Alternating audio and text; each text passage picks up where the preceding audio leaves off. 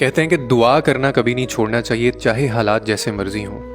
हम लोग तो दुआओं के अंदर भी कंजूसी करते हैं और अपने मूड के मुताबिक। ऑनेस्टली स्पीकिंग, मैं आपको बड़ी सच बात बता रहा हूँ, हम लोग दुआएं भी अपने मूड के मुताबिक मांगते हैं। यानी मूड अच्छा है तो दुआ मांगेंगे, हालात अच्छे चल रहे हैं तो दुआ मांगेंगे।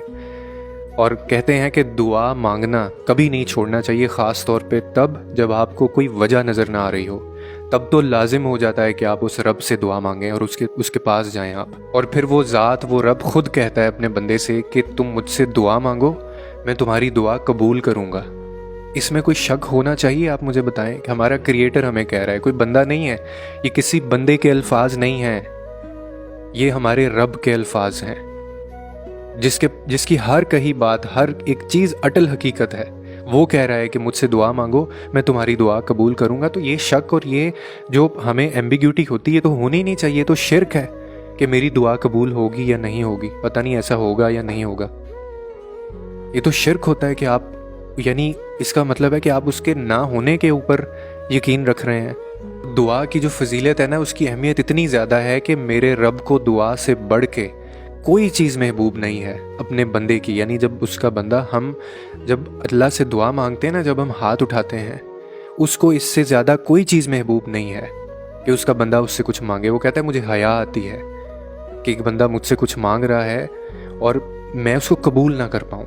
उसी वक्त वो फरिश्तों को हुक्म दे देता है कि इसकी चाहत जो है वो कबूल कर ली जाए। सैयदना अबू सईद रज़ियल्लाहु तआला अन्हु से रिवायत है, मैं आपको रेफरेंस के तौर पे बता देता हूँ, कि रसूलुल्लाह सल्लल्लाहु अलैहि वसल्लम ने फरमाया कि जब कोई बंदा अपने अल्लाह से दुआ मांगता है ना, और उसकी दुआ के अंदर कोई शर, कोई नुकसान या कोई ऐसी चीज़ नहीं होती कि जिससे किसी और का नुकसान हो रहा हो, तो अल्लाह ताला 3 में से एक चीज़ ज़रूर अता करता है।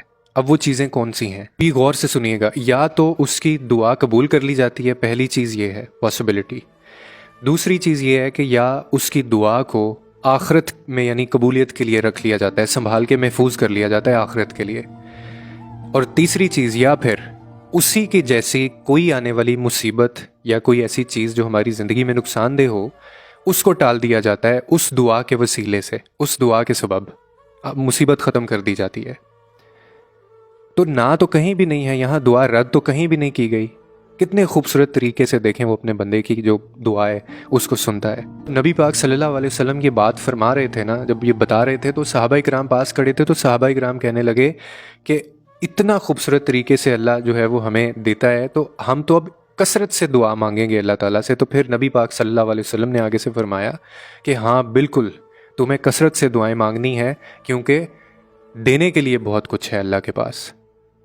तो और हमारा रवैया क्या होता है? हम तो बदनसीब लोग हैं कि हमारे हिस्से में दुआएं भी नहीं आती। दुआ का जो ख्याल है ना, वो किसी किसी के दिल में डालता है।